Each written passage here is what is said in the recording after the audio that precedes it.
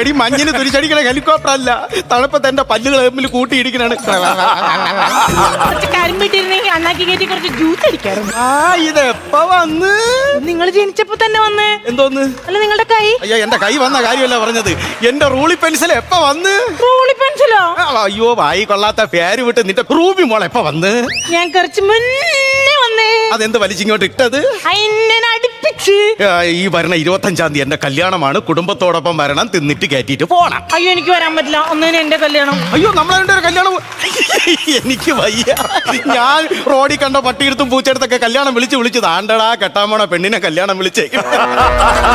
ഞാനൊരു കാര്യം പറഞ്ഞ റൂമുകൾ സത്യം പറയോ? സത്യം പറയും, ഞാൻ സത്യം മാത്രമേ പറയുള്ളൂ. എന്തോ തെളിവ്? നാക്ക് നോക്കി.